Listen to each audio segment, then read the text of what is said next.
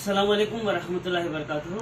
ఆత్మీయ ముస్లిం సోదర సోదరీమణులకు ప్రధానమైనటువంటి విజ్ఞప్తి. సోదరులారా, మీ అందరికీ కూడా తెలిసిన విషయమే, ఈరోజు దేశవ్యాప్తంగా వక్ఫ్ సవరణ చట్టం వ్యతిరేక ఉద్యమం కొనసాగుతుంది.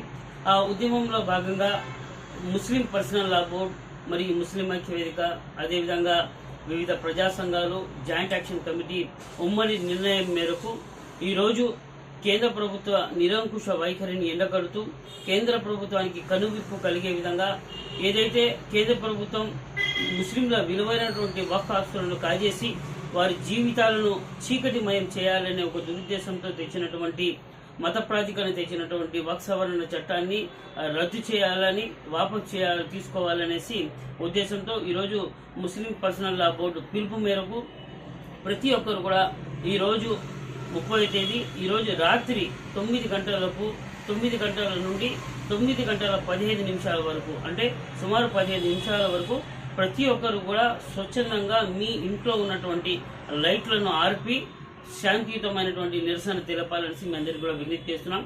తద్వారా కేంద్ర ప్రభుత్వానికి కనువిప్పు కలగాలని, చీకటి నిండిన జీవితాలలో వెలుగులు పంచడం కోసం ఖచ్చితంగా ఈ యొక్క వక్ఫ్ సవరణ చట్టాన్ని రద్దయ్యే వరకు అవిశ్రాంతమైనటువంటి పోరాటానికి మనము వెనకాడమని తెలియజేస్తాం.